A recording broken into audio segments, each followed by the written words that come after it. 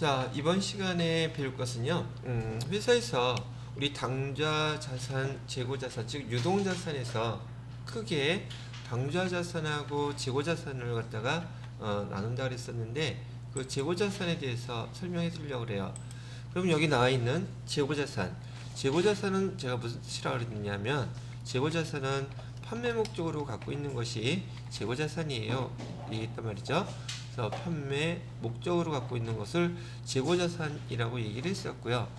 이 재고자산의 종류를 보게 되면 우리 계정들 암기하실 때 순서적으로 회사에서 갖고 있는 그 판매 목적 뭐뭐가 있습니까? 라고 물어봤을 때 상품을 당연히 판매 목적으로 갖고 있겠죠. 또 뭐 제조업이라면 제품을 갖고 있을 것이고요. 그죠? 여러분은 교재 그 54페이지에 있는 내용 보셔도 되는데 상품, 제품, 제공품, 그 다음에 원재료, 그 다음에 저장품까지는 지난번에 우리 같이 한번 쭉 암기를 해봤던 상황이었었어요. 근데 조금 전에 배웠던 그 소모품 있잖아요. 이 소모품도 바로 이 저장품의 일부예요. 그래서 이렇게 재고자산들이 있더라. 종류는 그렇다는 뜻이고요. 자, 그러면 여러분이 회계 담당자이니까 회사에서 판매하려고 하는 상품을 사온다든지 제조업에서 필요한 원재료를 사갖고 올 때 그 가격이 얼마인지는 당연히 알겠죠. 지금 여기 FAT 1급은 도소매업을 중심으로 하기 때문에 제품이나 제공품 원재료를 다루지는 않아요. 근데 TAT 2급 다음 단계로 넘어가면 이제 제조업이라는 전제 조건이 붙기 때문에 여기 제품, 제공품, 원재료 이런 것들을 다루어야 되지만 지금은 상품을 가지고 한번 예를 들어 볼게요. 자, 우리가 장사를 하기 위해서 상품을 10만원짜리를 사갖고 왔어요. 그러면 상품을 사갖고 왔으면 이익을 붙여서 팔겠죠. 이익을 붙여가지고 판매를 했습니다. 얼마에 판매했냐면 15만원에 판매했다면 그냥 여러분 이 상황만 보고서도 5만원 이익이 났겠구나 금방 알 수 있겠죠. 그런데 이 상품을 사갖고 오기 위해서 얘를 싣고 왔어야 돼.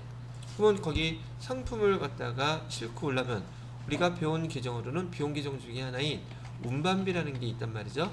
운반비가 예를 들어서 5만원 들어갔다고 가정을 해봅시다. 그러면 상품을 10만원짜리인데 얘 운반해 갖고 얘 팔려고 우리 창고로 가져오는데 5만원의 비용이 들어갔어요. 그러면 얘를 판매할 때 15만원에 판매하면 내가 이득이 생기겠어요? 안 생기겠어요? 많이 개고생한 거죠. 그래 안 그래요? 장사할 때에는 내가 돈 주고 사갖고 온 거, 그 다음에 그 이외에 발생한 비용들이 있다면 다 포함시키고 그런 다음에 거기다 이익을 붙여서 팔아야지 내가 손해를 안 보겠죠. 그럼 내가 지금 목표하는 이익이 5만원이라면 이렇게 운반비가 들어간 거 얼마에 팔아야 되겠어요? 15만원에 팔면 안 되죠? 뭐 5만원의 이익을 붙인다면 얘는 20만원에 팔아야 된다는 얘기예요. 그래서 이렇게 운반비처럼 지금 우리 목적은 상품을 판매하고자 하는 것인데 사갖고 올 때 주문전 우리는 사갖고 올 때는 우리가 흔히 쓰는 말이지만 회계 용어로는 취득할 때 이렇게 부대비용이라는 것은 부가적인 비용이고 상품을 사오지 않았다라면 이 비용은 발생할 리가 없겠죠. 걔를 사왔기 때문에 비용이 발생한 거예요. 그래서 얘를 부대비용이라고도 부르고 또 교재에서는 또는 다른 데서는 재비용이라는 용어도 써요. 재비용은 재무제표일 때 그 제자처럼 여러 가지 비용이란 뜻이에요. 이런 비용들이 발생하게 되면 여러분들은 상품에 다 포함시켜야 된단 말이죠. 또 이런 경우도 있지 않겠어요? 상품을 갖다가 외국에서 수입하는 경우에 상품 값은 똑같이 10만원이에요. 그런데 운반비는 5만원이에요. 그 다음에 걔 오다가 물속으로 꼬르륵 하면 안 되니까 보험도 들어놓을 수가 있겠죠. 그래서 보험료가 10,000원이 발생했다고 쳐요. 그 다음에 얘는 수입하는 거니까 수입할 때는 배에서 내려야 되죠. 그걸 갖다가 우리는 하역비라고 불러요. 하역비 얘도 10,000원 들어갔다고 치고 그 다음에 거기 보관료가 발생한다든지 또 뭐도 발생할 수 있느냐면 통관비가 발생한다든지 이렇게 우리가 물건을 사옴으로 인해서 부가적으로 발생할 수 있는 이런 부대비용들은 종류가 되게 여러 가지예요. 그런데 얘는 다 어디에다 포함시키라고요? 상품의 원가에다가 취득하는 자산에다가 다 포함시켜야 돼요. 그럼 이렇게 발생했다 그러면 여기다가 우리 목표는 이익을 얼마를 붙인다 그랬어요 아까? 우리가 판매하는 데다가 이익을 5만원 붙여서 팔 거라고 생각한다면 여기 발생했던 비용들 상품 원래 가격 10만원에다가 7만원 더해서 5만원 붙이면 22만원에 판매를 해야지 우리가 이익이 5만원이 남겠죠. 자, 여기서 얘기해드린 대로 이렇게 부대비용은 취득하는 자산에다가 다 포함시키세요 라고 하는 요 얘기는 이제 알아들었는데, 여기 회계 처리하라 그러면 포함시키는데 회계 처리를 어떻게 하는지를 또 몰라. 얘는 어떻게 회계 처리하라는 뜻이냐면요, 상품을 사오는 데 들어간 이 부대비용은 회계 처리할 때 계정명을 뭐라고 쓰냐면 여기 바로 상품이라고 써야지 돼요. 상품이라고 써야지 상품과 그다음에 상품 결합이 이게 합쳐지겠죠. 그래서 운반비, 상품을 사올 때 운반비 5만원 들었어요 라고 하더라도 운반비라고 쓴다, 상품이라고 쓴다. 상품이라고 이렇게 5만원 써 주셔야지 상품끼리 다 계정이 합쳐지겠죠. 됐어요? 하나 더 할까? 이번에는 보험료, 상품을 사올 때 그 상품을 갖다가 보호하기 위해서 보험에 가입했대요. 그래서 보험료 10,000원이 나갔습니다 라고 얘기하면 여러분 기록할 때 뭐라고 기록해야 돼요? 보험료라고 기록해요? 그러면 안 된다고요. 뭐라고 기록해야 된다? 상품이라고 기록하고 10,000원. 부대비용들은 다 상품 처리하라는 뜻이에요. 그래야지 이 사갖고 온 상품의 가격이 다 포함이 될 테니까. 이해되시겠죠?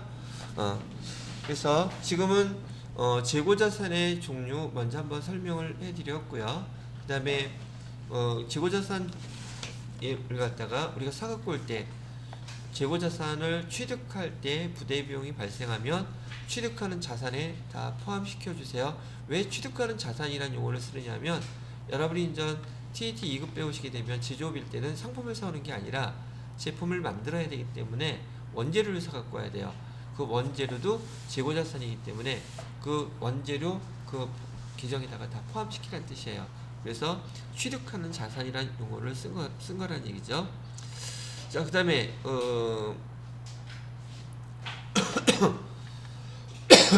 이번에는 그 재고자산의 종류에 보면 교재에 여러분이 안 배웠던 용어가 하나 나오죠.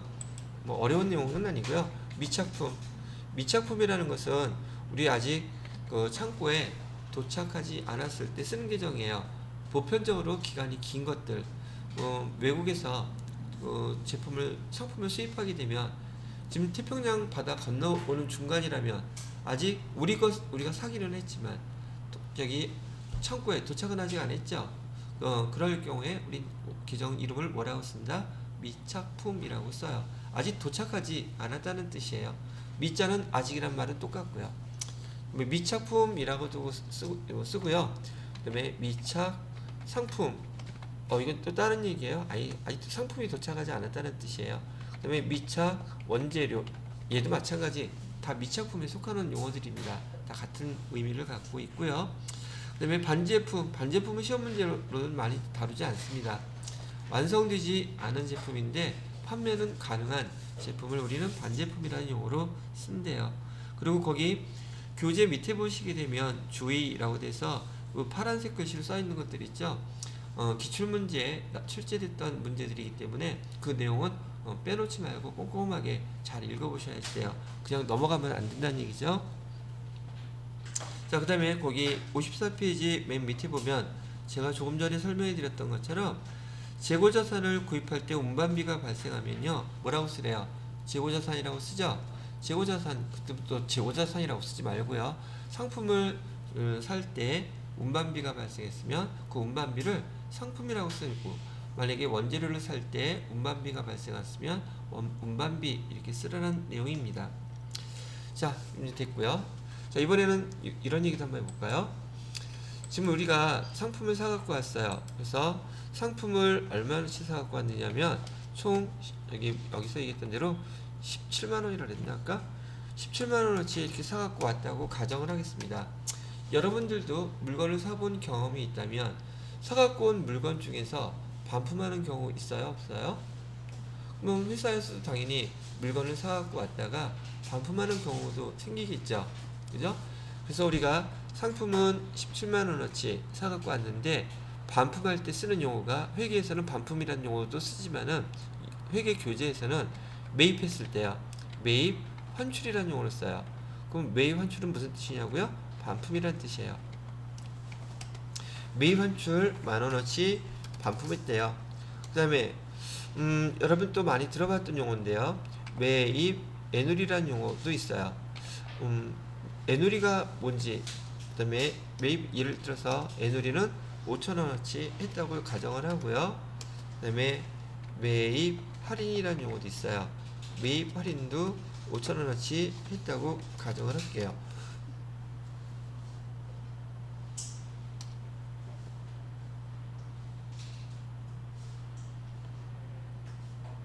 자, 보시죠.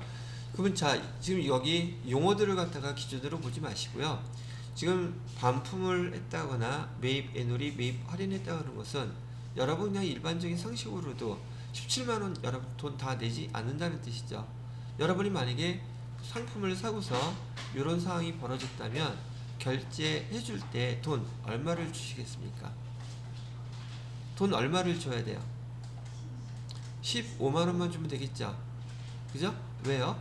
여기 뭔지는 모르겠는데 애누리도 깎아준다고 알고 있을 것이고, 그 다음에 할인하는 것도 깎아준다는 뜻으로 알고 있을 테니 반품한 것 돈 낼 필요는 없을 것이고, 그럼 결국은 여러분이 돈을 지불해야 될 금액은 얼마가 되겠습니까? 라고 물어봤더니, 예를 들면 상품값으로 얼마를 지급한다? 15만원만 여러분 돈을 낼 거란 얘기예요. 그럼 여기에서 여러분들한테 이제는 처음 구분을 해봐야 될 용어, 여기 애누리라는 용어하고요, 애누리라는 용어, 그 다음에 할인이라는 용어를 구분시켜 드려야 될 것 같아요. 애누리는 어떨 때 애누리라는 용어를 쓰냐면, 보통 여러분들이 그 매장 같은 데 가면 진열 상품 있죠. 진열 상품을 갖다가 지갑 주고 사요, 안 사요? 안 사죠? 그게 애누리예요. 그래서 대표적으로 여기 이마트나 홈플러스 갔더니 그 노트북, 요즘 아이패드라 그러죠? 아이패드들 많이 선호하시니까 아이패드가 100만원짜리인데 거기 진열돼 있던 거 100만원에 판다 그러면 여러분 돈 주고 사겠냔 말이죠. 사용하는 데는 전혀 지장 없어요. 그런데 왜 안 사요? 남이 많이 만졌던 거 싫으니까, 내가 새거 사니까. 그래서 진열된 상품이 애누리 상품이라고 그 매장에서도 알아요. 그래서 그걸 갖다가 이제 새로운 신상품이 나오면 교체를 해줘야 되겠죠. 그래서 그걸 빨리 팔아야 되기 때문에 애누리 상품, 애누리 얼마? 100만원짜리가 70만원을 준다면 그건 생각해볼 만하죠. 그래서 그렇게 해주는 걸 애누리라고 그러고, 또는 여러분들이 화장품 사러 갈 때 주로 어디 많이 가세요? 물어봤더니 올리브영에 많이 간대요. 올리브영에 가서 화장품을 살려고 하는데 화장품 케이스, 종이 케이스 있잖아요. 그게 일부가 찢어져 있어. 그럼 제 돈 주고 사고 싶어요? 어차피 그거 사갖고 오면 이 케이스 뜯어갖고 버릴 거잖아. 근데 뭐 사용하는데 지장 없는데 왜 안 사요? 기분 나빠요. 그지? 그러니까 거기 매장에서 있던 언니가 여러분들이 들어서 5만원짜리인데 저기 5천원 빼줄게 그러면 네, 그리고 빨리 사겠죠. 어차피 버릴 거니까. 그렇게 싸게 해주는 게 그게 애누리예요. 즉 사용하는 데는 전혀 지장 없어요. 사용하는 데는 지장이 없는데 돈을 돈을 깎아주는 거, 그런 용어를 우린 애누리라고 부르고요. 여기 매입 할인이라는 용어는요, 여기 뭐 진열 상품이라든지 또는 주문을 했는데 A 디자인을 주문했는데 B 디자인이 왔어. 판매하는 데는 지장이 없지만 내가 요구했던 대로 그 디자인이 안 왔죠. 그런 것도 그러면 애누리 이렇게 해줄 수 있다는 얘기예요. 그 다음에 뭐 이런 것도 뭐 스크래치, 홈집 같은 게 난 게 있어서 싸게 해주는 게 애누리고요. 그 다음에 할인이라는 용어는 어떨 때 쓰는 용어냐면요, 예를 들어서 지금 15만원을 결제해 줘야 되는데 보편적으로 우리 상거래 관행상 거래처에서 물건을 사갖고 가면은요 30일 이내에 결제해 주는 게 보편적이에요, 관행상으로. 근데 돈을 빨리 회수하고 싶어서 만약에요 일주일 이내에 저기 결제를 해주시면 제가 2% 할인해 드릴게요. 이게 할인이에요. 즉 할인이라는 용어는요, 대금 결제하는 날짜와 관계 있는 용어예요. 대금 결제. 그러면 예를 갖다 우리 상거래 용어에서는 어떻게 표시하느냐면요, 계약 상품 우리 거래할 때 계약서에 이런 용어들을 많이 써요. 이렇게. 그 다음에 자, 지금 요 용어는 뭘 뜻하는 거냐면요, 여기 30일 이내 결제해 주는 것이 노멀, 보편적인 내용이 보편적이에요. 그런데요, 7일 이내 결제를 해주시면 2% 할인해 드리겠습니다 라고 하는 상거래 용어예요. 그러면 조금 전에 얘기했던 말 길게 안 쓰고 간단하게 이렇게 할인에 대해서 계약서에 기록이 되어 있다면 그런 뜻인 거예요. 무슨 말인지 아시겠죠? 그래서 대금 결제 빨리 해주게 되면 보편적으로 30일 기다려야 되는데 일주일 만에 해주면 보편적으로 23일 동안의 이자 그걸 갖다가 깎아주는 게 그게 바로 할인이란 용어입니다. 자, 그러면 여러분들 주변에서 롯데마트, 이마트, 홈플러스 할인점 있죠? 거기서는 왜 할인점이라고 부를까? 예, 이하고 연결되어 있는 용어예요. 여러분들 거기서도 싸게 사잖아요, 보편적으로. 그죠? 그러면 왜 할인마트예요? 싸게 해주니까. 지금 제가 할인이라는 용어는 지금 제가 대금 결제와 관련 있는 용어라 그랬잖아요. 여러분이 롯데마트에 가서 대금 결제와 관련된 거 그날 바로 돈 주고 사갖고 오는데 그거하고 무슨 상관이 있어요? 라고 얘기하고 싶죠. 그건 이런 뜻이에요. 여러분들이 예를 들어서 롯데마트라는 할인 매장을 가셨다고 한다면 제가 예를 한번 들어볼게요. 제가 치약을 사려고 그래요. 치약을 샀는데 이 마트들은 보편적으로 번들 제품을 팔아요. 번들이라는 뜻은 묶음으로 판매를 한다는 뜻이에요. 치약이 5개가 묶여있는데 얘가 지금 한 개에 1,000원씩이에요. 근데 5개가 묶여있으면 가격은 원래 얼마짜리인 거예요? 5,000원짜리가 되는 거죠. 근데 제가 치약을 하나 사용하는데 한 달 정도 걸린다고 치면 롯데마트에서는 제 주머니에서 5,000원의 대금을 결제받기 위해서는 최소한 5개월을 기다려야 돼요. 그죠? 근데 5개월 기다리지 않고 지금 5개를 한꺼번에 사가지고 가시면은 5개월 동안 기다리는 것 대신에 금액을 4,500원에 드릴게요. 그러면 나는 여러분들 4,500원이면 500원 깎아주는 거잖아. 그죠? 5개월 동안에 5,000원을 쓰지 않고 지금 한 방에 4,500원 결제해놓고 치약 5개를 사가서 5개월 동안 쓰는 거죠. 그러면 롯데마트 입장에서는 지금 대금 결제 5개월 동안 걸릴 거를 한 방에 돈 하니까 싸게 주는 거죠. 그래서 여기 할인 매장의 특징들은 번들 제품을 판매로 인해서 소비자로 하여금 목돈을 갖다가 빨리 결제를 받기 때문에 그래서 할인 매장이라고 부르는 거랍니다. 이해가 되셨죠? 자, 그래서 뭐 할인에 대한 용어까지 이제 설명해 드렸어요. 그럼 여러분들은 앞으로 여기 애누리 그다음에 할인이라는 용어를 구분해서 사용하실 수 있겠죠. 자, 그리고 여기서 쓰는 용어 중에서요, 여기 앞으로 지금 상품을 17만원어치 사왔다고 하는 이 용어를 앞에 뭐라고 쓰냐면 총 매입액이라고 부를 거예요. 뭐라고 부른다고요? 여기다가 총 매입액이라고 부를 거고요. 밑에 지금 15만원, 즉 반품이라 매입 환출이라든지 매입 애누리, 매입 할인 된 금액을 제하고 결제해 주어야 되는 그 금액의 용어를 앞으로는 순 매입액이라고 부를 거예요. 순 매입액 이렇게 부르면은 그 용어를 알아들으시면 될 거란 얘기죠. 그래서 총 매입액과 순 매입액 그 사이에 뭐가 있어요? 이런 것들이 잇따르면 총 매입액에서 다 빼주셔야 된다는 얘기예요. 되셨나요? 그러면 우리가 이렇게 상품을 사올 때 이런 용어들을 사용했다면 반대로 이 상품을 우리한테 판 회사도 반대적인 입장은 똑같겠죠. 자, 그래서 얘는 이렇게 한번 써볼게요.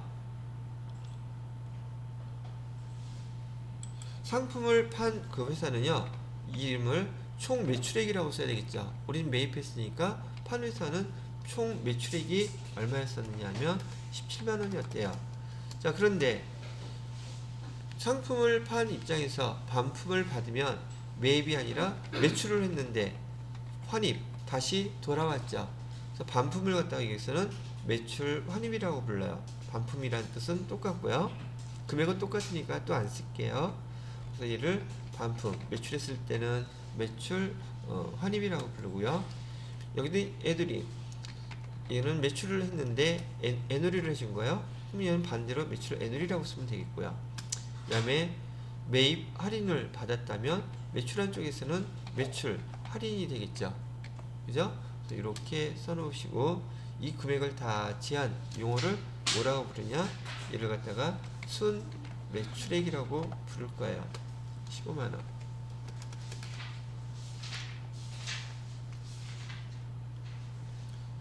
자, 그리고 지난번에 또 잠깐 배웠던 것 중에서요, 제가 여러분들한테 손익구분 잘 외워놓으시라고 했던 거 기억나시죠? 우선 매출액에서 뭘 빼면? 매출 원가를 빼면 뭐가 계산된다고요? 총이 아니라 매출 총이익이라고 그랬었죠? 그 다음에 판관비를 빼면요, 뭐가 나와요? 잘 기억하고 계시네요. 영업이익. 그 다음에 영업의 수익은 더해주고 영업의 비용을 빼주면 법인세, 차감전, 순손익 이렇게 쓰라 그랬죠?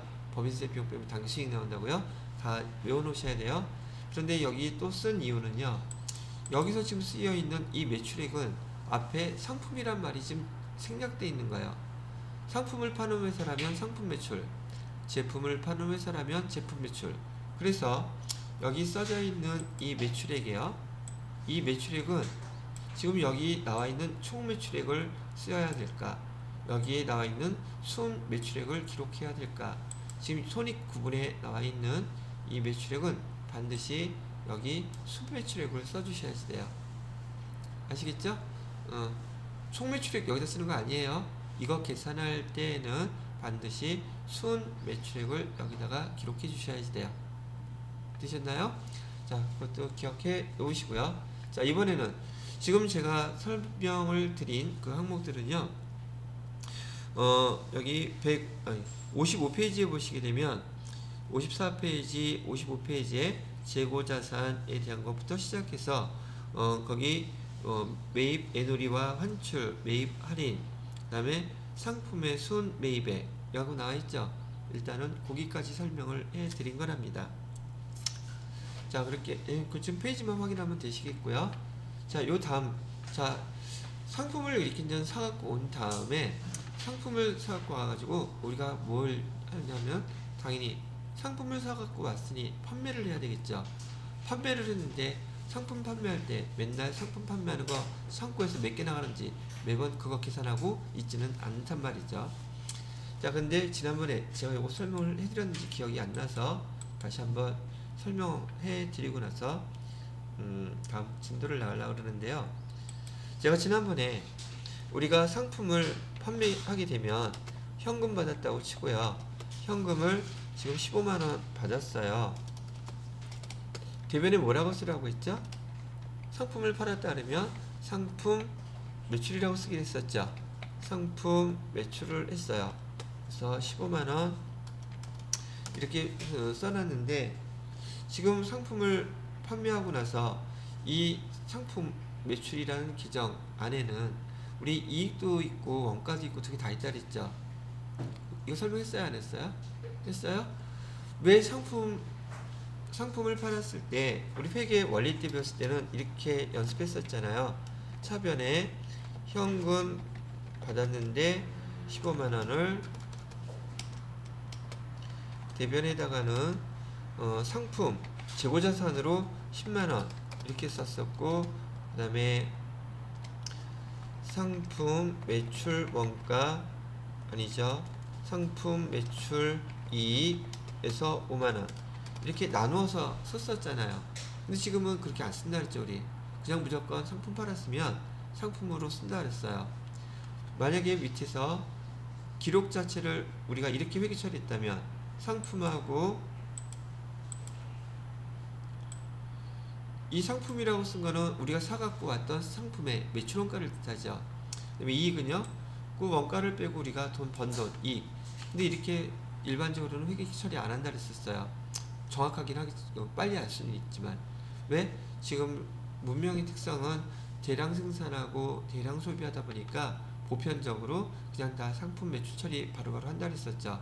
근데 이렇게 상품 매출을 처리해 놓고 나면 지금 원가는 얼마고 우리가 장사를 해서 얼마를 이익을 받는지 알 수가 없잖아요.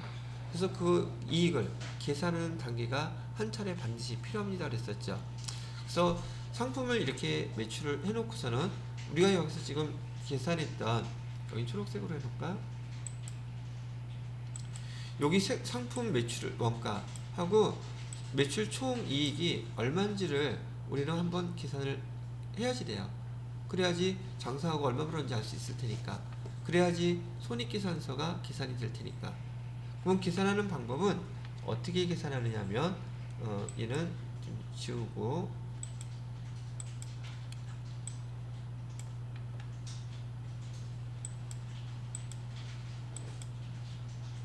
자, 우리 상품 계정 아시죠? 우리 회계 원리 때 배웠던 상품 계정을 제가 한번 이렇게 그려놔 볼게요.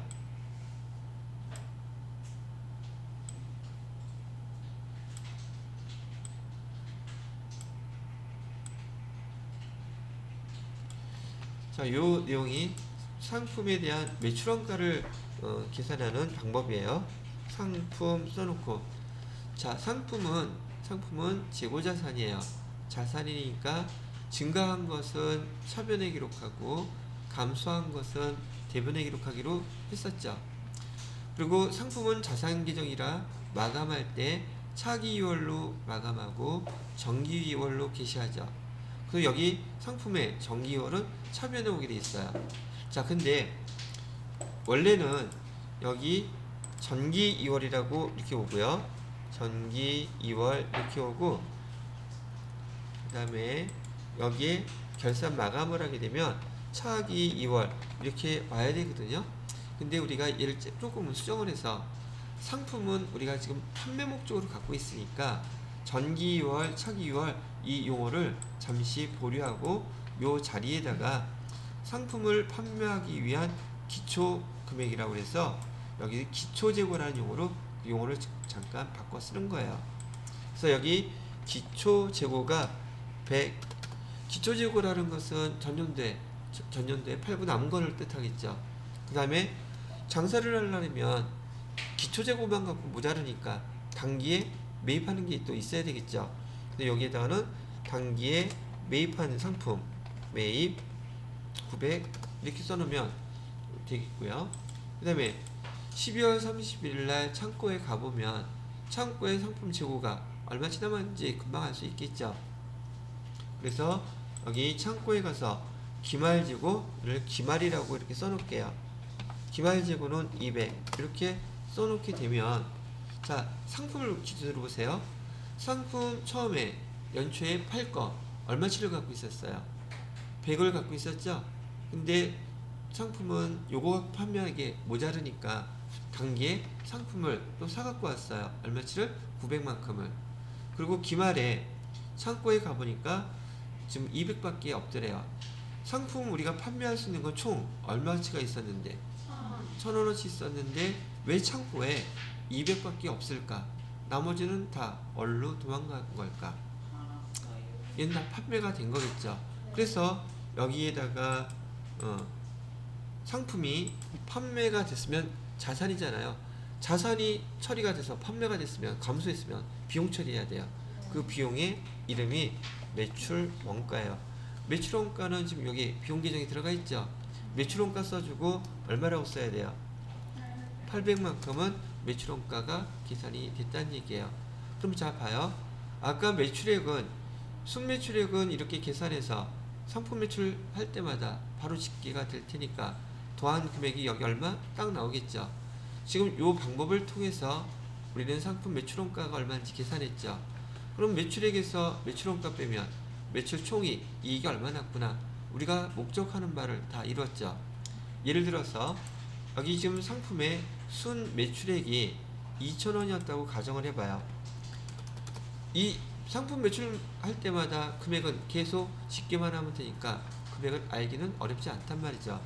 그리고 우리가 지금 이렇게 상품 계정에서 이렇게 계산을 한 결과 지금 매출원가는 얼마로 계산됐어요? 800원으로 계산됐죠. 그럼 매출 총이익은 얼마랬는데? 1200원이 매출 총이익 됐잖아요. 그럼 우리가 요구했던 원했던 매출원가는 얼마, 그 다음에 상품 매출 총이익은 얼마 다 알게 됐죠. 최소한 그래서 우리가 회계 처리할 때는 지금 여기 상품에 대한 매출원가를 계산하는 공식이 상당히 중요하겠죠. 중요해 안 중요해요? 장사했는데 얼마치 이익이 나는지도 모르면은 장사 허탄 거잖아. 그죠? 자, 그래도 돈만 많이 벌면 좋아. 자, 그래서 여러분 나중에 또 공부하시다 보면은요, 상품 매출원가를 얘를 왜 이렇게 계산해야 되는지 이유, 원인도 모르고 그냥 막 이렇게 계산만 해. 그런 사람과 상품 매출 원가를 왜 계산해야 되는지 알고 접근하는 사람이 과연 퀄리티가 똑같을까? 대화하는 내용도 달라진단 말이에요. 제가 여러분들한테 설명해 줄 수 있는 내용들은 제가 공부했던 것들 최대한대로 다 전달해 드리려고 하는 거니까. 사람은 맨날 그런 얘기 하잖아요. 왜 그래야 되는지 이유를 알면서 공부하는 사람과 그냥 무조건 공부하는 사람은 나중에 차이가 날 수밖에 없단 말이죠. 되셨나요? 자, 상품 매출원가를 이렇게 계산해 놓고 이 상품 매출원가 계산하는 이 방법은 말이에요. 얘 상품 매출액과 매출원가, 매출총이 나오는 요 파트 있잖아요.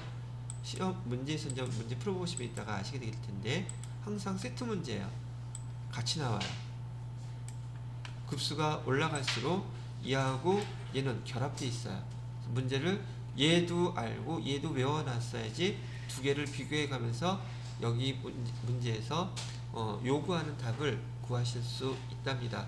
그러니 얘를 몰라도 또는 얘를 몰라도 두 개 다 모르면 뭐 할 것도 없고 문제 풀기가 어렵다는 얘기예요. 얘는 두 개 같이 외워놓으셔야 됩니다. 아시겠죠? 자, 그 다음에 이번에는 용어 설명해 드릴게요. 지금 상품이나 제품 규정도 똑같은 원리예요. 상품을 제가 한번 일반 상식적으로 한번 물어볼게요. 상품을 판매할 수 있는 금액은 얼마치 있습니까? 올해 기준으로 상품을 판매가 가능한 금액 얼마예요? 상품 판매 가능액이 얼마냐고 물어보면 현희씨 얼마일 것 같아?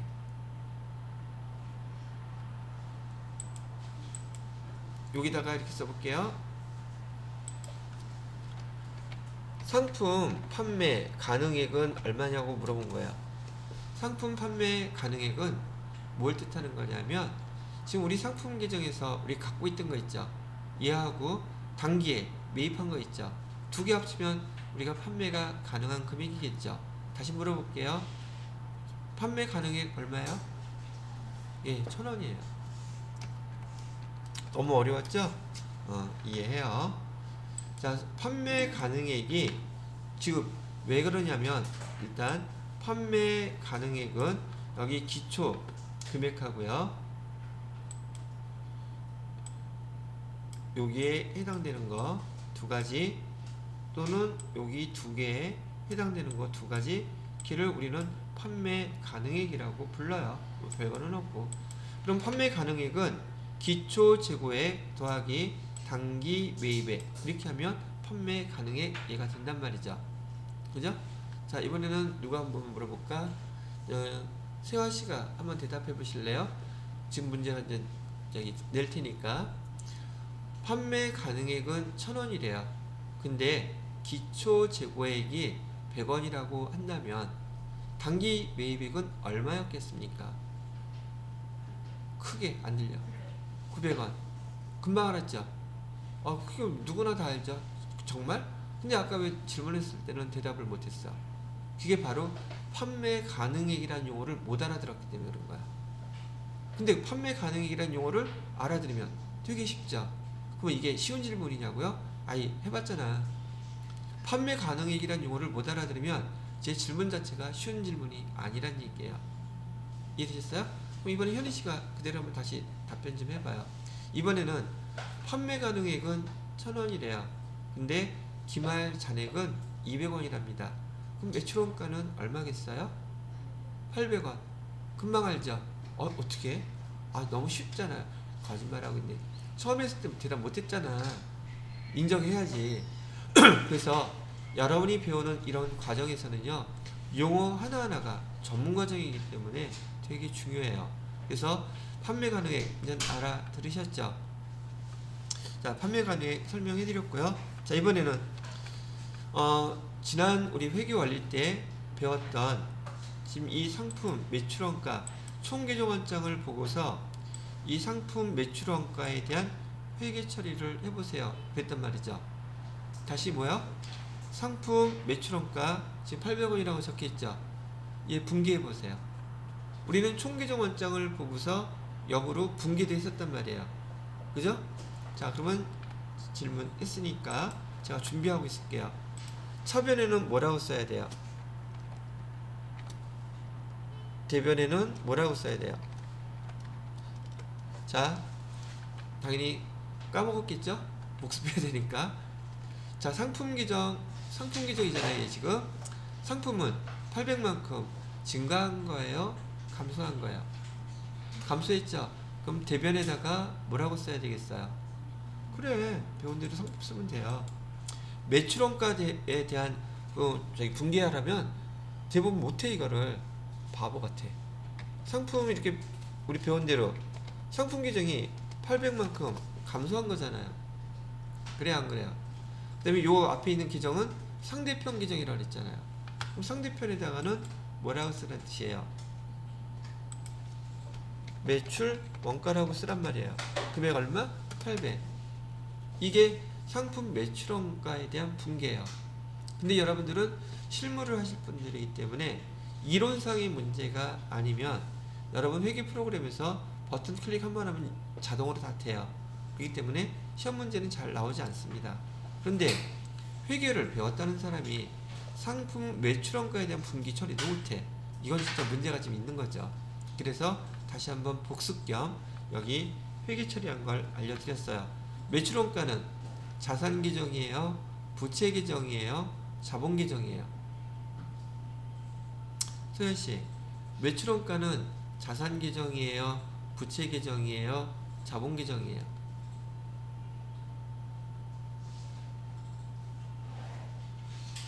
비용 계정이잖아. 뭘 질문한 거에서만 생각해. 여기 보세요. 손익구분에 그렇게 질문하니까 당황스럽지. 꼭 거기 주어진 예에서만 써야 되는 줄 알고. 아니에요. 제가 질문하는 방식이에요. 여기 손익구분에 매출액 다음에 매출원가 나와 있죠. 매출액은 수익 계정이고요. 매출원가는 비용 계정인 거 처음에 우리 회계 관리 때 여러 번 설명해 드렸죠. 이렇게 자꾸 활용하는 것들도 배우시게 되는 것이랍니다. 되셨나요? 자, 여기까지가 상품을 처음에 재고자산의 종류를 구분해 봤고요. 두 번째로는 그 재고자산을 취득할 때 부대비용 반영해야 되는 내용도 설명해 드렸고요. 그 다음에 상품을 매입했을 때, 그 다음에 반품했던 매입 환출이라든지 매입 애누리, 매입 할인에 대한 용어, 그래서 총 매입액과 순 매입액, 그 다음에 총 매출액과 순 매출액 용어도 설명해 드렸죠. 그죠? 자, 마지막 단계 하나 남아있는 게 매출원가 계산하는 방법도 얘기해 드렸고, 여기서 이제 뭐를 하나 더 해드려야 되느냐면, 아까 순 매출액은 매출액 계산할 때 이 자리에 순 매출액 기록해 주셔야 된다 그랬어요. 이런 게 있다면 다 빼주고, 반해서 여기 순 매입액 있죠. 여기 순 매입액을 어디다 넣어야 되냐면 바로 여기에다가는 순 매입액을 기록해 주셔야 돼요. 이해되셨어요? 그럼 다시 이를 정리하게 되면 이하고 연결돼서 여러분이 기억을 이렇게 해 놓으셔야 돼요. 여기 순 매입액에는요, 총 매입액에서요, 뭐는 더해줘야 되냐면 부대 비용 아니지요. 여기 단기 뭐라고 써야 돼? 단기 매입액은요 어떻게 계산이 되느냐면, 그랬어.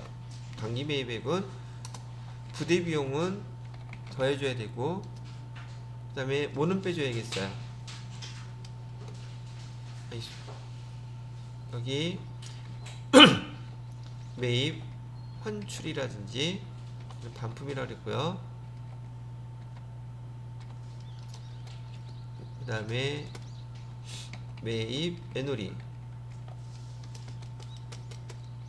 매입 할인, 이런 것들을 빼주고 난 다음에 여기 단기 매입액, 즉 순 매입액이 된다는 뜻이에요. 단기 매입액은.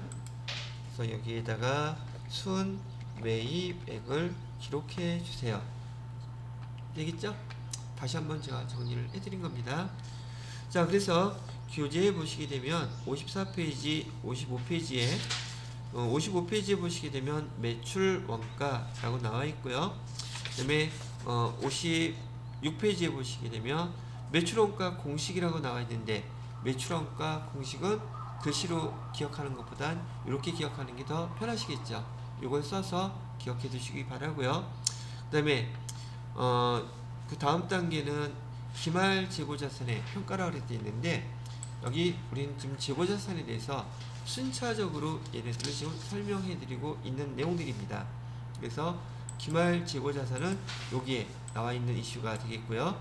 기말 재고자산에 대한 이슈는 다음 시간에 설명하기로 할게요.